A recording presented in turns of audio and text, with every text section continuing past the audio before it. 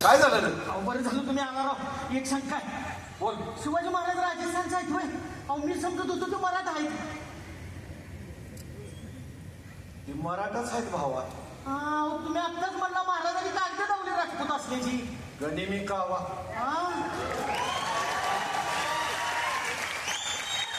राज्याभिषेकाच्या मार्गात खोडा घालणाऱ्यांची तोंड बंद करण्यासाठी राजांनी रचलेला डाव होता तो. एक प्रकारचा गनिमी कावाच म्हणती. हा, आता आधुनिक काळातले काही इतिहासकार आहेत जसं की इंद्रजित सावंत सर असतील, डॉक्टर नीरज साळुंखे असतील, त्यांनी पुराव्यांसहित सिद्ध केले की राजे मराठाच होते. पुस्तकं लिहिलेत त्यांनी.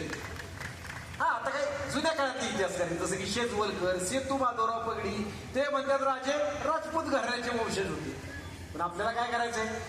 राजांच्या राज्याभिषेकाच्या मार्गातला अडथळा दूर झाला ही शक्य. हो नाही नाही नाही नाही असं कसं काय? मला काय ते इसकटून सांगा बरं का. महाराज राज सांगतो. हा, सांगतो. नीट ऐकायचं मंडळी. स्वतःच्या धडावर स्वतःचं डोकं ठेवून ऐकायचं. मुद्दा क्रमांक 1. मराठा राजपूत रोटीबेटी व्यवहार झाल्याचं त्या काळातलं एकतरी उदाहरण आहे का? नाही, अजिबात नाही.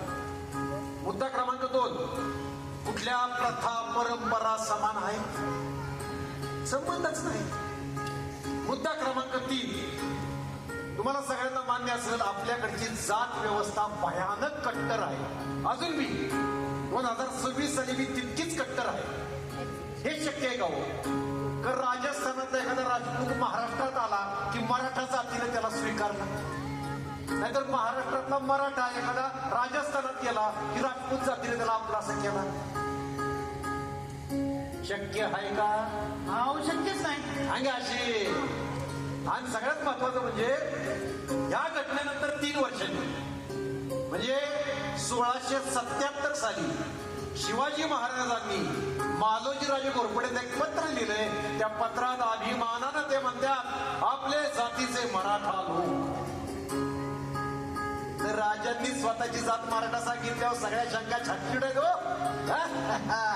आणि महाराष्ट्रात शिलाहार कदंबांपासून भोसल्यांपर्यंत मूळ मराठा कुळ असल्याचे शिलालेख उपलब्ध असताना कशाला वाळवंटात आपलं गोत्र शोधायला जायचं?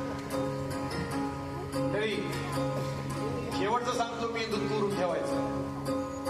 शिवाजी महाराज हे जिजाऊच्या कुशीत जन्मलेलं, सह्याद्रीच्या कुशीत वाढलेलं अस्सल दख्खनी मराठ्याचं रत्न